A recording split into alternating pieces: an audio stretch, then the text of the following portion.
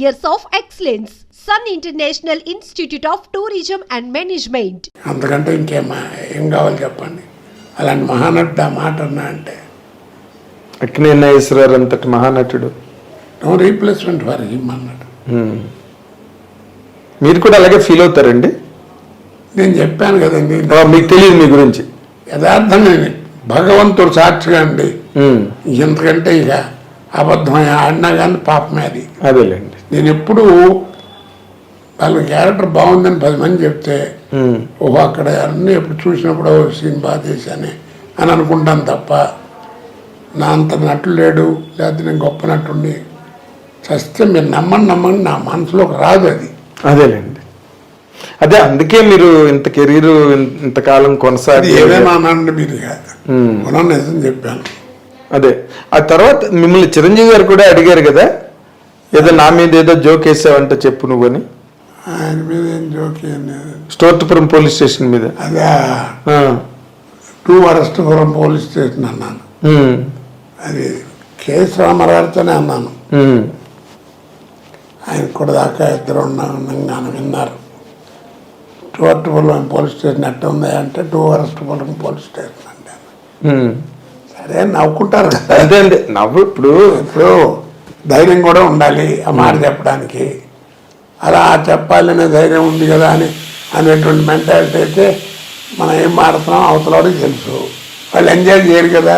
కానీ ఇప్పుడు మీరు ఇంత సాత్వికంగా ఇంత సహజ సిద్ధంగా మాట్లాడే ఒక పరిపూర్ణమైన వ్యక్తి నటుడుగా కూడా అందరూ ఒప్పుకుంటారు.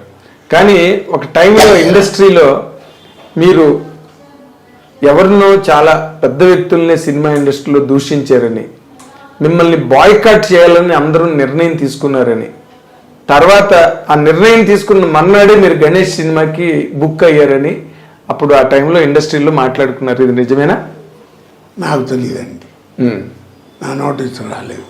ఓకే, యథార్థంగా రాలేదు. ఎందుకు అనుకుంటారండి ఆర్టిస్ట్ కనపడుతుంటే?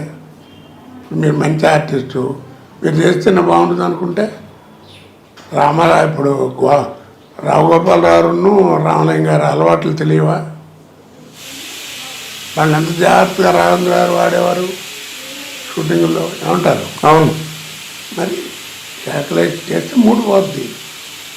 అలాగా ఎందులేప అంటే అదేలేండి అవసరం ఉండొచ్చు. ఇప్పుడు తర్వాత ఏమో నా బిహేవియర్ అలా ఉందేమో, ఏం చెప్పగలను. అదే అప్పుడు బాగా చాలా హాట్ టాపిక్ నడిచింది. చాలా విన్నానండి నేను నా గురించి. ఏమిటి విన్నారు ఒక్కటి చెప్పండి. అతి వరస్ట్ ఇందాక మీరు అన్నట్టుగా బాగా తాగుతాడు, బాగా తిరుగుతాడు. అదే ఉందిలేండి, కామన్ సినిమా యాక్టర్స్ కి ఊరికే కూడా అంటారు ఆ మాటలు. కానీ అది పెద్ద నాకు అంతకంటే నా మీద ఓకే ఏదో ఉన్నమాట మొహం మీద మాడతాడు, వెనక ముందు చూసుకోడు, ఆయన చెప్పదలుచుకుని చెప్తాడు, ఇవే తప్ప. అదేలేండి. అయితే మీరు ఒక స్టేట్ బ్యాంక్ ఎంప్లాయీగా కనుక ఉంటే మీరు ఇంత సంపాదించలేకపోయేవారు, ఇంత పేరు ప్రతిష్టలు వచ్చేవి కావు. మీరు రెమ్యూనరేషన్ విషయంలో ఎప్పుడైనా ఇండస్ట్రీలో డిమాండ్ చేయడం, దానివల్ల అవతల వాళ్ళు ఇబ్బంది పడడం అలాంటివి ఏమైనా జరిగాయండి? మీరు ఎప్పుడన్నా విన్నారా? అసలు వినలేదు కాబట్టి అడిగాను. అడగలేదు కాబట్టి మీరు అడిగారు నన్ను. నేను ఎప్పుడు డబ్బు ఇస్తే కానీ డబ్బింగ్ చెప్తాను, నాకు ఇంత ఇస్తే కానీ చేయను చెప్పమని నన్ను ఎవరన్నా. సమ్మర్ వచ్చినప్పుడు మా ఆవిడ కరెంట్ లేకపోతే 4 చెక్కులు తీసి చేతికి ఇచ్చేది, విసురుకోండి బౌన్స్ అని చెక్కులు. చెప్తున్నా ఇవన్నీ నాకు ఇప్పుడు కనుక తలుచుకుంటే ఆ రోజుల్లో ఉన్న మనీ వాల్యూకి కనీసం నాకు ఒక 30 lakhs దాకా రావాల్సి ఉంటుందండి ఆ రోజు డినామినేషన్ వాల్యూ ప్రకారం. అంటే ఇప్పుడు ఎంత అండి? ఏమో ఎంత ఉంటుందో 3 crores ఉండొచ్చు. 10 రెట్లనే ఎక్కువ ఉంటుంది బాగా చాలా మంది అండి. సార్ మీ కెరీర్లో ఒక 3 కోట్లు నష్టపోయారు అనమాట మీరు. ఏమండి అది పట్టించుకోలేదు కాబట్టి భగవంతుడు ఈ లైఫ్ ఇచ్చాడేమో. అదేలేండి. అయితే ఓకే, మీరు 30 లక్షలు చెక్కులు ఇచ్చి విసనకర్ర విసురుకోమని చెప్పేవారు ఆవిడని అన్నారు. కానీ మీరు బాగా సక్సెస్ అయ్యి ఆర్థికంగా బాగా నిలదొక్కున్న తర్వాత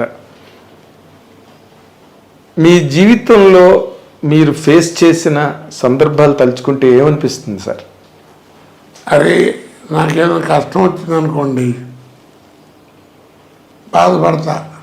అరే ఇంతమందికి సహాయం చేసాం, ఇంత చేసాం, భగవంతుడు ఎందుకు నన్ను ఇబ్బంది పెడుతున్నాడు, ఏం తప్పు చేయలేదే, నేను చెడిపోయిన వాళ్ళతో తిరిగానేమో కానీ నేను ఎవరిని చెరగొట్టలేదు అనే తత్వం నాది. నా బిహేవియర్ కూడా అలాగే ఉంటుంది. ఎంతమందికి నా ఫ్యామిలీ లైఫ్లో కానీ నా ఫ్యామిలీ మెంబర్స్కి కానీ ఇన్ని ల్యాక్స్ ఆఫ్ రూపీస్ ఖర్చు పెట్టాను. అది అంటే భగవంతుడు ఇవ్వబట్టి మనం ఖర్చు పెట్టామనుకో, ఖర్చు పెట్టాలని మనసు ఉండాలిగా. ఇచ్చినంత మాత్రం ఖర్చు పెట్టాలని లేదు కదా. చెప్తున్నా నేను అలాగా జీవితం అంటుంటే ఫ్రెండ్ ఒకరు వచ్చి